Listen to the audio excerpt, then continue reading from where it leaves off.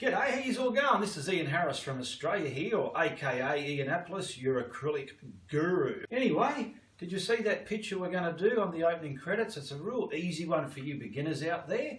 So without further ado, we've got to get into this. But before I do the further ado, I have a gift here.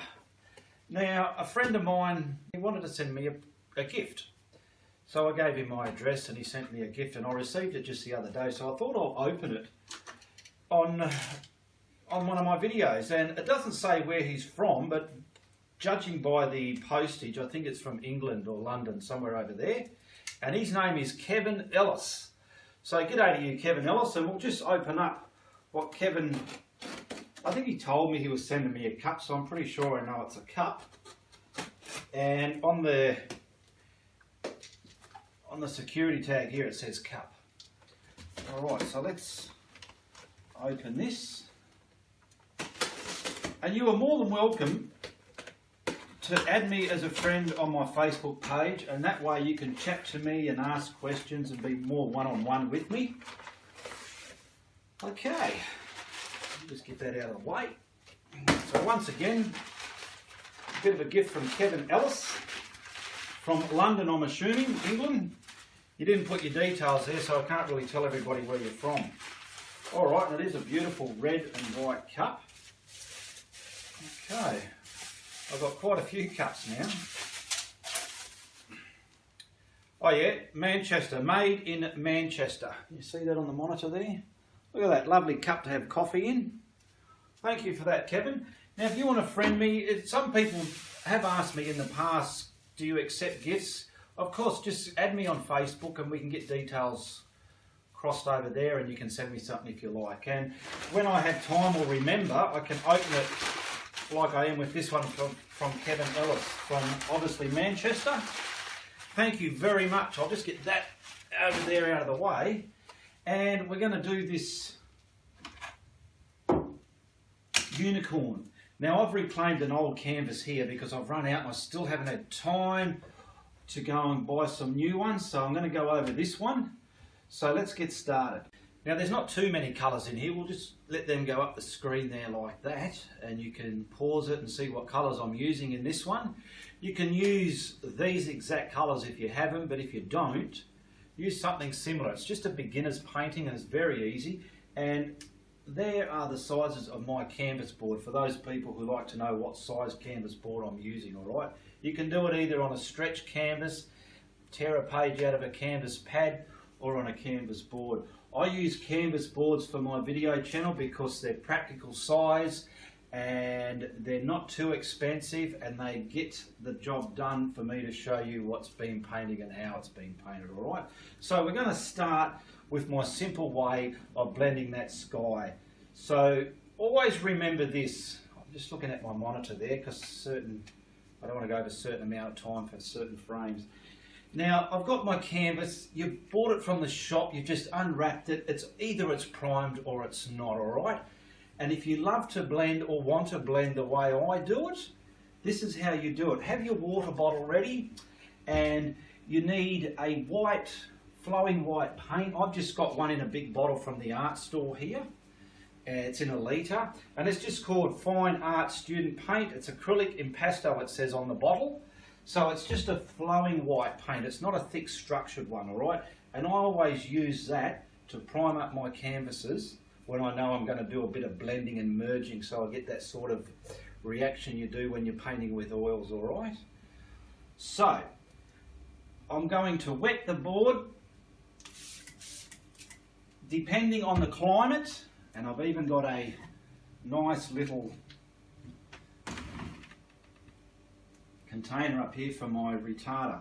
Now I'm putting the retarder on the palette down here next to my paint, and I'm going to pick up the paint with my brush, mix it with that retarder.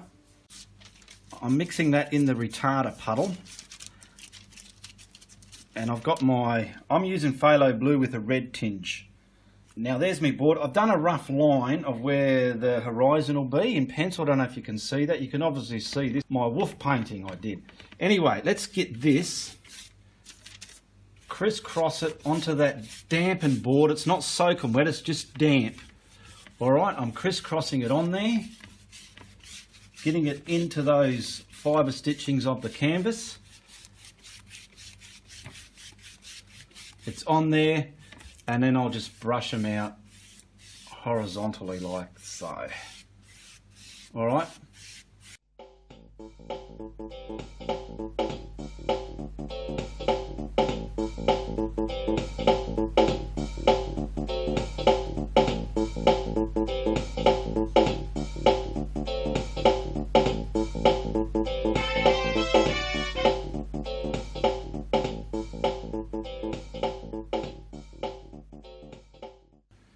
Now I'm going to use phthalo blue with a red tinge, or if you've got phthalo blue, use that. Now I'm picking it up in my 2-inch brush. This brush is just from the home hardware store.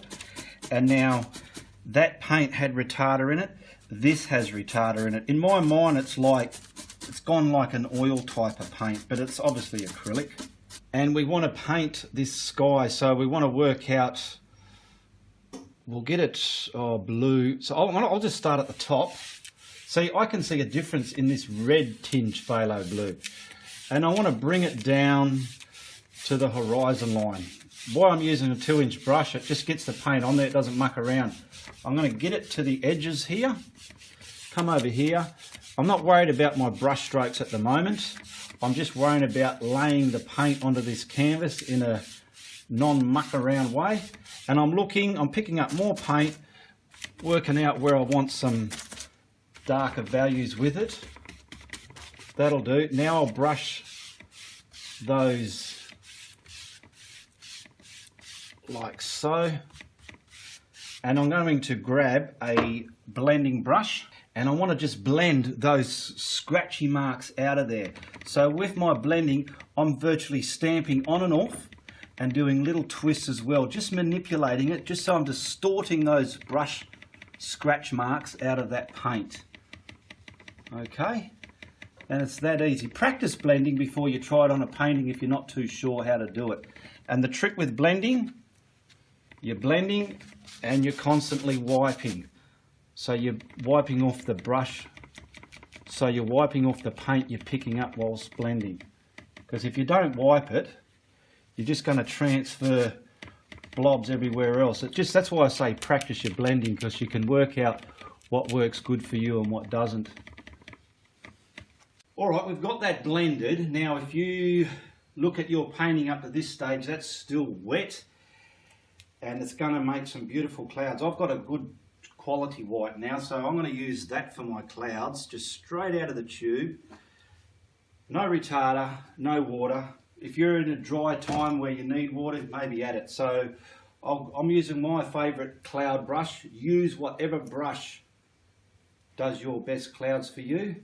I'm going to go and use my hog bristle fan brush, and I'm just going to load it up,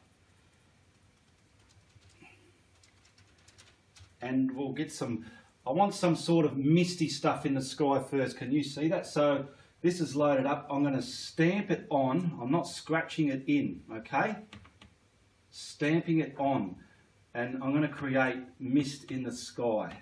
I'll put that down like a gentleman, and I'll grab a blending brush, a 2-inch blending brush, and I want to blend this into that blue. Now see, that retarder has made this acrylic paint move on the board like this, and you can have fun practicing blending like this, okay?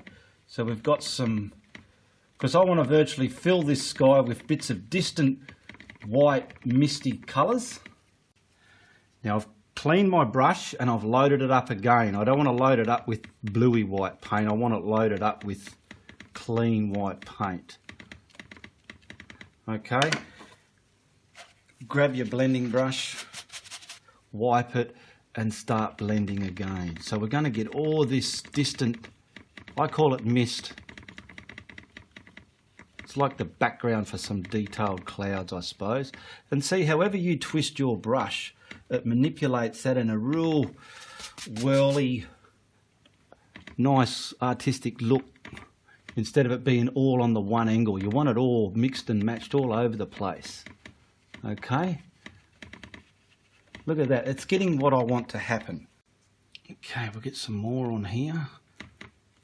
If anything, I like to put little pointers or spidery fingers out of my patterns that I do.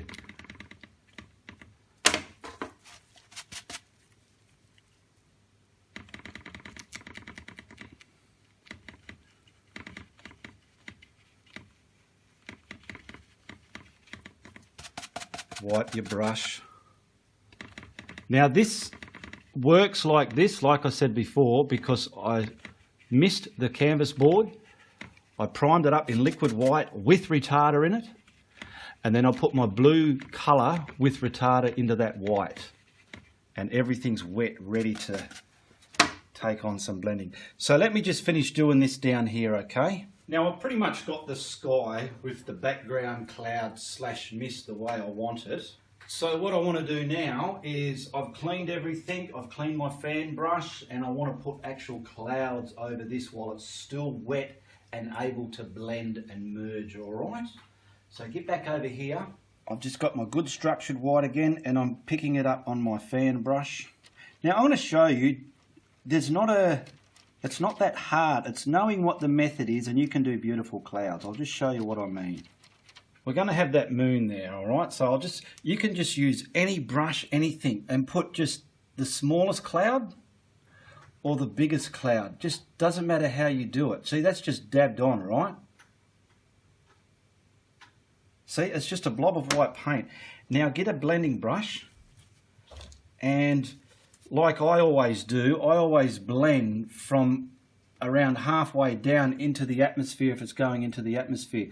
And the blending turns that into a cloud. Once you wipe your brush as well after blending. And there's a simple cloud. That was so simple. And to set it up, you put something a bit in front of it, like that. It's just fiddly little stuff, but it's so easy. And I want you to know that clouds can be easy. Now look at those clouds, they were very easy. But I'm going to brush them out now. I just wanted to show you that. I'm just grabbing my blue again, and I'll stamp in that area over it. Grab my blending brush and my paper towel and just blend that back into there. Alright, let's see, that's just, you wouldn't have even known that that was put there then. Because we want to get some clouds on here.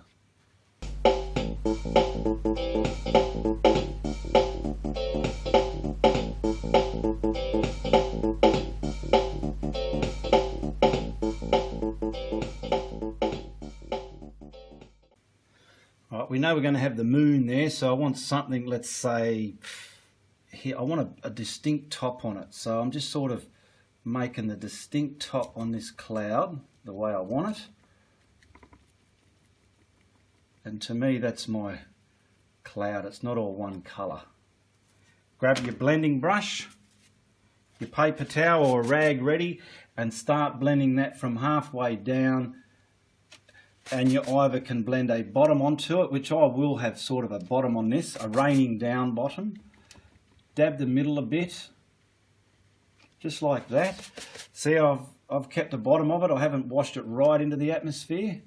The ones on your horizon line, you can probably do that, it'll look more suitable. And like I always say, tickle the tops. Because the top's thicker, you got to wipe your brush a lot more. And now we're stuck with light and the shadow colour. I always like to, it's just my habit, it's the way I like to, just put something a bit more brighter over that, and we can do something else. And that's one formation of a set of clouds. Alright, do the same again. We're going to blend, leaving that top. See, find your pressure. You've got to find your pressure. I'm barely touching this. Now, if you don't know how to do clouds, don't try and do a painting with clouds in it. Practice clouds until you conquer them. Once you've got them done, you can put them into a painting instead of trying to do a painting and not knowing how to do them. That's why us tutorial videos are out here to help you along the way. Okay, there's a set of clouds. So I want to do something like that over here as well. See, why I use the fan brush, see how I get all these pieces up like that? I've got a filbert brush here, so I'm going to use that to apply the paint. Just to show you, you can use different brushes. And you've got to really get the paint on there. See, I like the fan brush because it does a better job than this brush. But that's blobbed on there.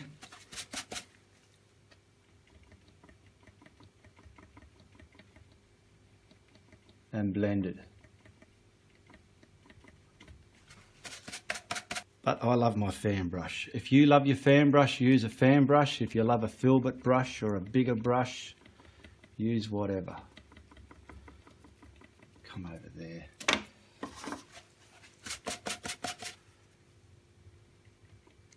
Now I want to blend the bottom but keep a bit of the bottom. And what we're doing, we're bringing some of that undercolour blue in to create the shadow and depth in the cloud as well.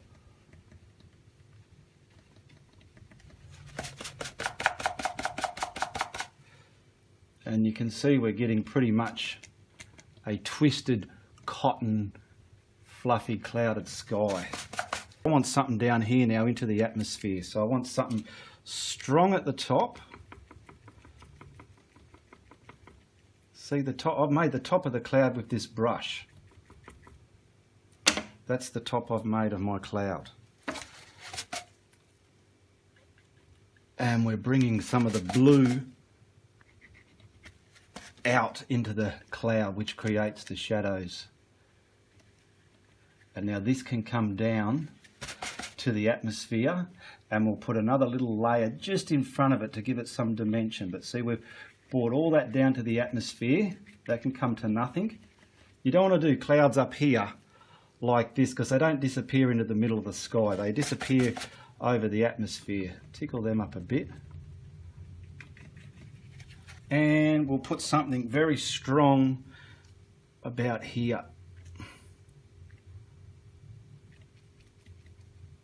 Okay. Get it a bit stronger in front of that, that's it. Now I'm going to leave the top and just bring the bottom of that down.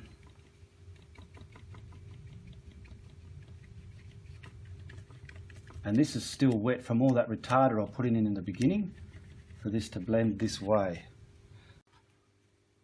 Alright, we'll just finish off this corner here, which is pretty much, there we go, because we want to have the moon here as well. Alright, we've pretty much got some simple, easy clouds there. Now, I need to blow dry this with the hairdryer so as we can put our moon on there without peeling off the paint. Now, if you haven't already got yourself a stencil, if you like doing my moons, cut out a piece of paper or go to the art shop or any stationery shop, and this clear, this is called Stella tape.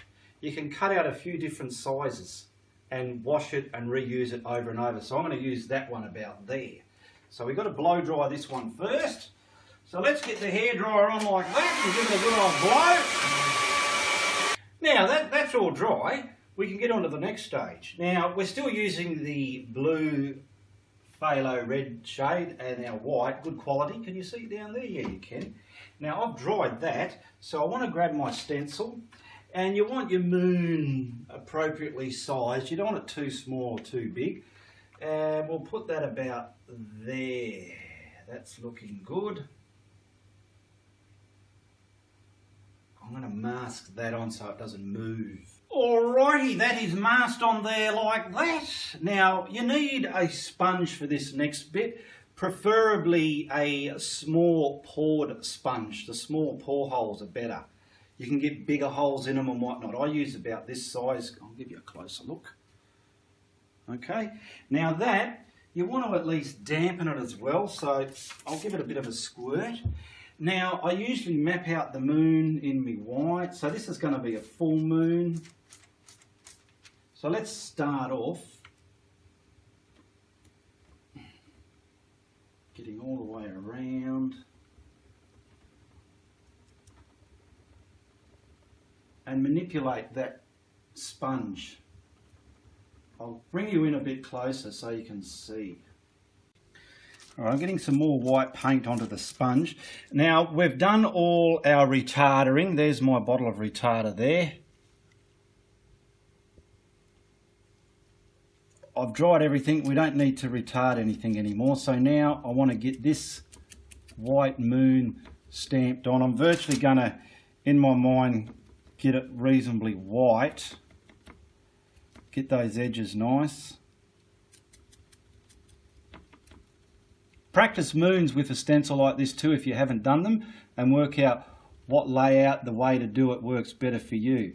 Now I'm going soft because I don't want to bring the bottom paint up too much.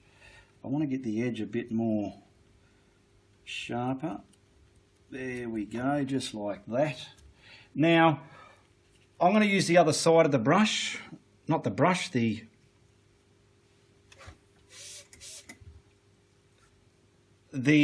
sponge. I'm picking up that blue, and we want to sort of put in the moon our middle bits. Now, you know, like where all the shapes are in the moon, I'm just sort of going any old way willy-nilly. Maybe a bit over here and something there like that. Now I'm going to grab the white side again and sort of sink them back a bit. Tease it, sink it, tease it. Lightly does it. Lightly does it. Let's see how this is going to work. Normally, I don't have the time on these videos, but you can get a brush and detail your moons a lot easier than what I'm doing here. I want some bits here, so we'll get some over there, just like that. Get the white back into it. I'm dirtying it up. I'll even use my finger a bit, even if I can. I'm just experimenting here. Yeah, that's working. I just want some deeper bits in this moon here, so I'm just grabbing it on my finger there and whooshing them around. Not too much in there. Oh, there you go. I'll go and put a lot in there. This will define the actual shape of these blue bits. All right. There we go. That wasn't too hard. It's nice and easy, this painting. Now I'm going to wash this sponge and finish the moon off. Now I've washed my sponge. I'll put a bit more paint there, and I want to just pick up on the round edge of my sponge here some nice clean white paint and just sort of go back over some of these bluey bits like so. Pick it up and sort of, because see, this white is smothered in this blue here, so we want to bring some of that white back, just like so. See what I've done there? So that's all we're doing here. If you want to crisp up a certain edge, do that. If you want to put some in there like that. And when we take the cover off, well, not the cover, the stencil, you get quite a decent moon. So I'm just sort of playing around here with some whites, and I'll just brighten up this edge here a little bit if I can. Alright, let's pull that stencil off and have a sticky beak.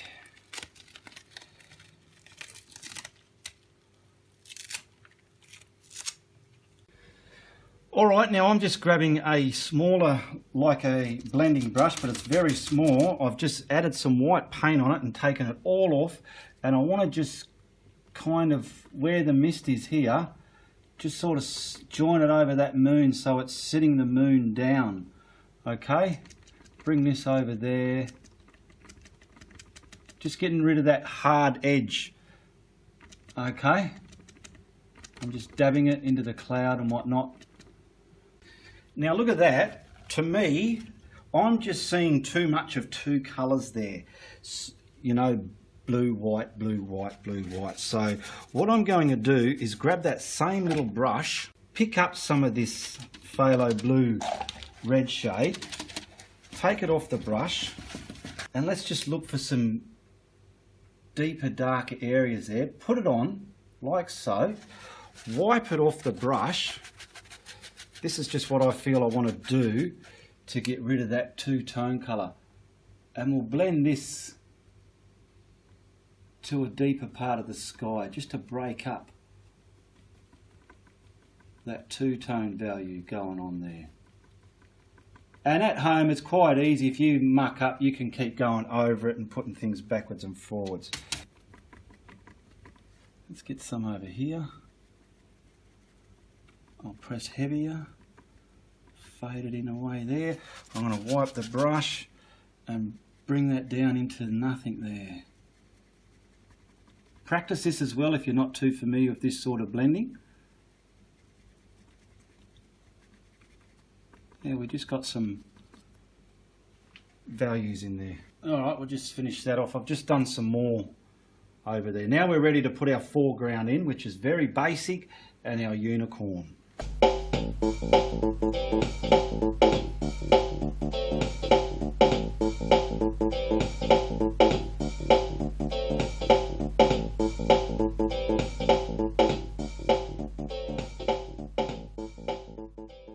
Now I'm just going to use some Payne's Grey. You can use Payne's Grey or black, or you can mix up a really dark brown, red, bluey, blacky colour, whatever shade you want.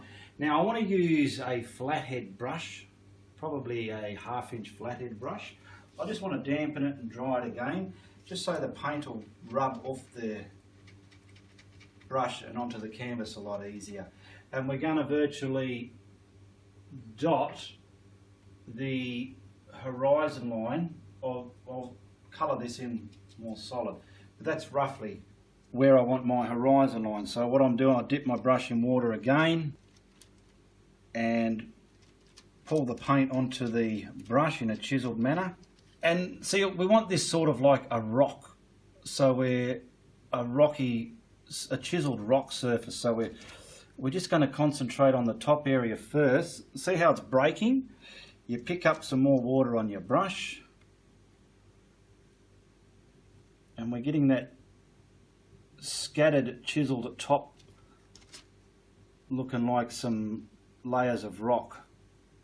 This picture I found on an internet site where you can get free pictures from.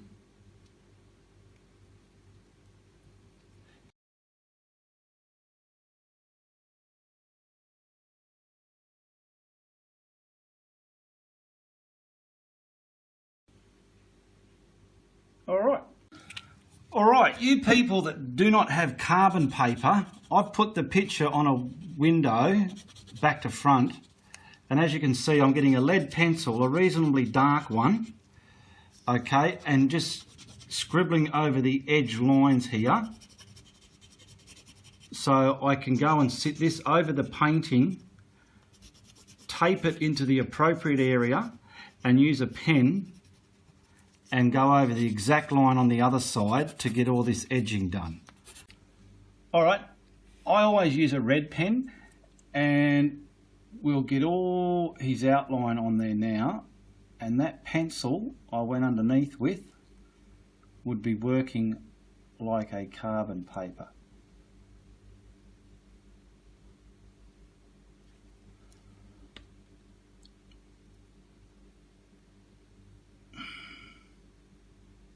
Okay, now let's take that off carefully. Oh, see, I pressed a bit hard, but we're working. That paint was still a little bit wet, but you can see how that pencil acted as a carbon paper. See, now if I used carbon paper in this process, because I know my paint's tacky, I would have got all the carbon ink over here as well. That's why I opted for this way. So that pencil went over there quite easily. You can see it all there enough to use this as a reference to get the fine edges. Now for these little detailed areas, I like to use a really good flat brush, different widths, and we can use that to chisel on our paint. So I'm going to grab the dark colour paint here, whether you're using black or Payne's Grey. Start from one area. Let's check out this brush first for the edging. And you want a nice sharp edge. This is feathered to get that sharp ear, so I'm going to go and find even a smaller one. Find all your little precision brushes, the best you got, and we can get a lot of nice sharp edges, because the sharper you can make these edges, the more sharp and pristine this picture will look. If they're sort of thick and blotchy and, you know, you didn't put much care in it, it's going to show in the finished work, okay?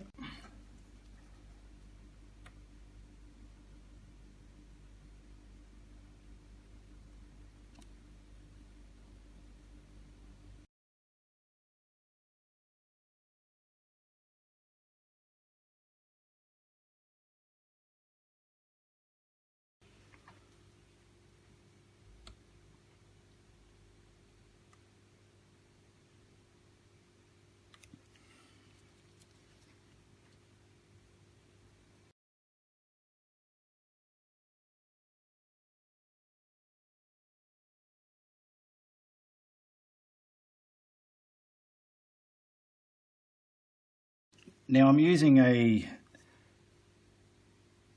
script liner just to get some real details on the edge of my tail there, some nice hairs coming out, just to give it a bit more finesse, okay? Try and work out the right uniform, how long to make these, don't just have them all willy-nilly, and it just makes your picture pop that little bit better, as you can see.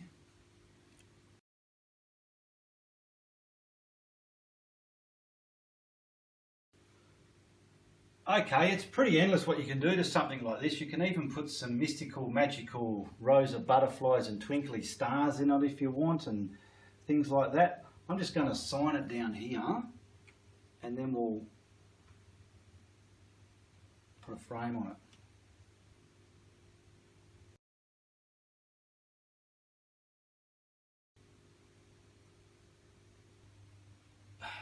Alright, now we'll put a frame on there and just see how something like this looks in a frame.